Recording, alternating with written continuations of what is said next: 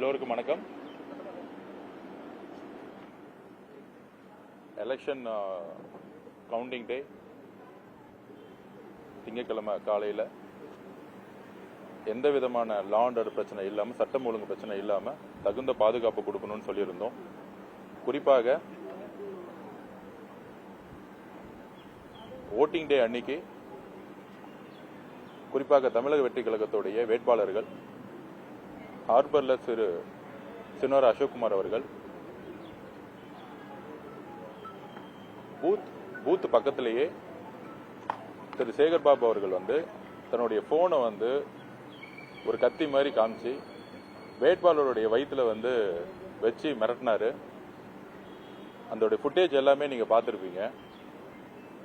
அதுக்கப்புறம் சைதாப்பேட்டையில் வழக்கறிஞர்கள் தாக்கப்பட்டு கொலை மிரட்டல் கொடுத்துட்டு இருக்காங்க திமுக திரு மா சுப்பிரமணியன் முன்னாள் அமைச்சர் அவர்கள். அதுக்கப்புறம் ரீசெண்டா ஸ்ரீரங்கத்தில் சகோதரர் ரமேஷ் அவர்கள் வேட்பாளர் அலுவலகம், தமிழக வெற்றி கழகத்துடைய அலுவலகம் எரிக்கப்பட்டுச்சு. எல்லா பேனரும் கிழிக்கப்பட்டுச்சு. முக்கியமா எங்களுடைய தலைவருடைய பேனர்லாம் எங்க இருக்கோ அதெல்லாம் கிழிக்கப்பட்டு தூக்கி எறியப்பட்டுச்சு. இதெல்லாம் திமுக தன்னுடைய தோல்வியினுடைய அச்சத்தில் எங்களுடைய வேட்பாளர்களை மிரட்டுறதும், ஆபீஸை கொளுத்துறதும், இந்த மாதிரியான ஒரு தோல்வி பயத்தை திமுக வேட்பாளர்களுக்கான அச்சுறுத்தலை கொடுக்க ஆரம்பிச்சிருக்காங்க. நாங்கள் எந்த விதமான அச்சுறுத்தல்களுக்கு அடிப்பணியாமல் உறுதியாக எங்களுடைய ஜனநாயக கடமையை மக்களோடு சேர்ந்து எங்களோட பணியை செஞ்சுட்டு இருக்கோம். ஸோ அதில் இன்னைக்கு தலைமை தேர்தல் அதிகாரி திருமதி அர்ச்சனா பட்நாயக் மேடத்தை சந்தித்தோம், சிவனானந்த் சார் சந்தித்தோம். அதில் எங்களோட கோரிக்கை என்னன்னா, முக்கியமாக 62 கவுண்டிங் சென்டர்ஸ் இருக்கு. 62 கவுண்டிங் சென்டர்ஸ்லையும் யாரு கவுண்டிங் ஏஜென்ட்டோ அவங்களை மட்டுமே அலோவ் பண்ணணும். நம்பர் 1. நம்பர் 2, கவுண்டிங் சென்டர்ஸாக இருக்கக்கூடிய colleges, for example Laila college கேட்டுக்கு வெளியே கட்சிக்காரர்கள் 1000-2000 பேர் கூடுறதுக்கான எல்லா வாய்ப்புகளும் இருக்கு. திங்கட்கிழமை அன்னைக்கு பொதுமக்களுக்கு சட்டம் ஒழுங்கு பிரச்சனை எதுவும் வந்துடக்கூடாது. அப்ப லைலா காலேஜ் கேட்டுக்கு வெளியே, அதாவது அனைத்து சென்டர்ஸுக்கும் வெளியே சுமார் 1 கிலோமீட்டர் தொலைவுக்கு, 1 கிலோமீட்டர் ரேடியஸுக்கு எந்த விதமான கூட்டமோ, எந்த விதமான கட்சிக்காரர்களுடைய நிர்வாகிகளோ தொண்டர்களோ கவுண்டிங் சென்டர் பக்கத்தில் இருக்கவே கூடாதுங்கிறத நாங்கள் வேண்டுகோள் விடுச்சோம். அனைத்து கட்சியோடைய தொண்டர்களும் சரி, நிர்வாகிகளும் சரி, யாருமே கவுண்டிங் சென்டர் கேட்டு பக்கத்தில் இருக்கக்கூடாது. ஏன்னா இது கவுண்டிங்கை உள்ள பாதிப்புக்குள்ளாக்கும்.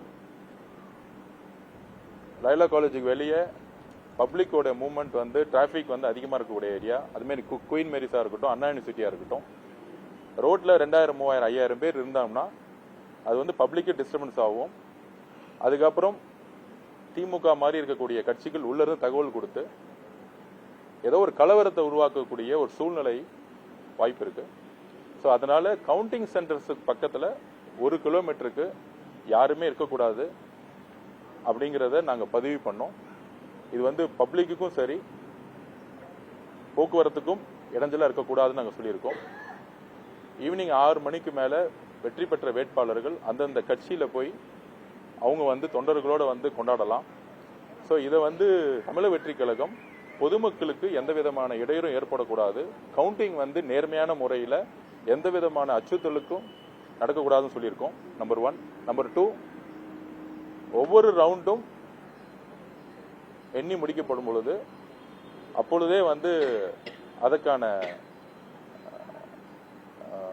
ரிசல்ட்டை சொல்லணும்னு நாங்கள் சொல்லியிருக்கிறோம். கடைசி ரவுண்டில் சொல்லக்கூடாதுன்னு சொல்லியிருக்கோம். அது இது வரைக்கும் நாங்கள் கடைபிடிக்கிறதா பண்ணியிருக்கோம்னு சொல்லியிருக்கோம், பண்ணுறோன்னு சொல்லியிருக்காங்க மேடம் சொல்லியிருக்காங்க. அதுக்கப்புறம் போஸ்டல் ஓட்ஸில் நிறைய லெட்ஜர் இல்லாமல் போஸ்டல் ஓட்ஸை வந்து கொண்டு வர பார்க்குறாங்க. நாங்கள் சொல்லியிருக்கோம் வேட்பாளர்களுக்கு வந்து லெட்ஜர் காப்பியோட போஸ்டல் ஓட்ஸை வந்து கொடுக்கணும். லெட்ஜர் காப்பியில் என்னெல்லாம் இருக்கோ அந்த போஸ்டல் ஓட்டை மட்டுமே வந்து கணக்கில் எடுத்து எண்ணப்படணும்னு சொல்லியிருக்கோம். இந்த 3 கோரிக்கையை தான் வச்சிருக்கோம். திருச்சியில் வந்து யார் வந்து தமிழக வெற்றி கழகத்தை ஆஃபீஸ் எரிச்சாங்களோ, யார் உண்மையா எரிச்சாங்களோ அது காவல்துறைக்கு தெரியும். அவங்களை கண்டுபிடிச்சு கைது செய்யணுங்கிறத நாங்கள் சொல்லியிருக்கிறோம். பெயரளவுக்கு கண் துடைப்புக்காக கைதை வந்து நாங்கள் வந்து ரிக்வஸ்ட் வச்சிருக்கோம். இந்த 3 கோரிக்கையும் உடனடியாக வந்து சரி செய்ய சொல்லியிருக்கோம். அதில் முக்கியமான கோரிக்கை 1 கிலோமீட்டருக்கு யாருமே எந்த கட்சிக்காரர்களும் கவுண்டிங் சென்டர் கேட்டுக்கு வெளியே நிற்கக்கூடாதுங்கிறத நாங்கள் பதிவு பண்ணுறோம். பொதுமக்களுடைய பாதுகாப்புக்கும் சரி, கவுண்டிங் வந்து அமைதியான முறையில் நடக்கிறதுக்கும் சொல்லியிருக்கோம். இதுதான் இன்னைக்கு மேடம் கூட டிஸ்கஷன்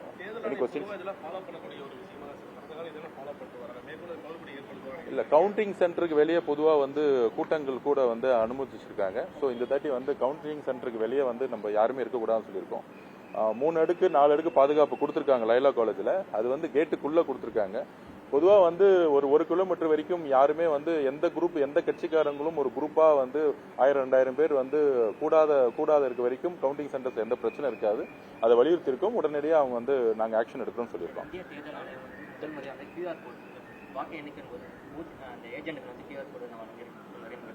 இல்லை, இது நாங்கள் ஆல்ரெடி வலியுறுத்தினது தான். கவுண்டிங் சென்டரில் கவுண்டிங் ஏஜென்ட்ஸ் தவிர யாருமே இருக்கக்கூடாதுன்னு சொல்லியிருக்கோம். அதுதான் வந்து எலெக்ஷன் கமிஷன் ஃபாலோ பண்ணியிருக்காங்க. QR கோடை வந்து நாங்கள் வரவேற்கிறோம்.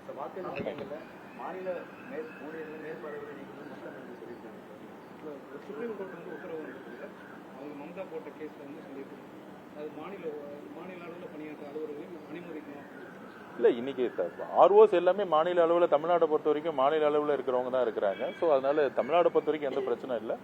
குறிப்பாக வெஸ்ட் பெங்காலில் அந்த இஷ்யூஸ் அவங்க ரைஸ் பண்ணியிருக்கிறாங்க. கண்டிப்பாக வந்து எங்களை பொறுத்த வரைக்கும் ஒரு நேர்மையான ஒரு தேர்தலை வந்து நடத்தணும். கண்டிப்பாக மம்தா பானர்ஜி மேடம் உடைய குரலுக்கு நாங்கள் வந்து செவி சாய்க்கிறோம். தேங்க்யூ.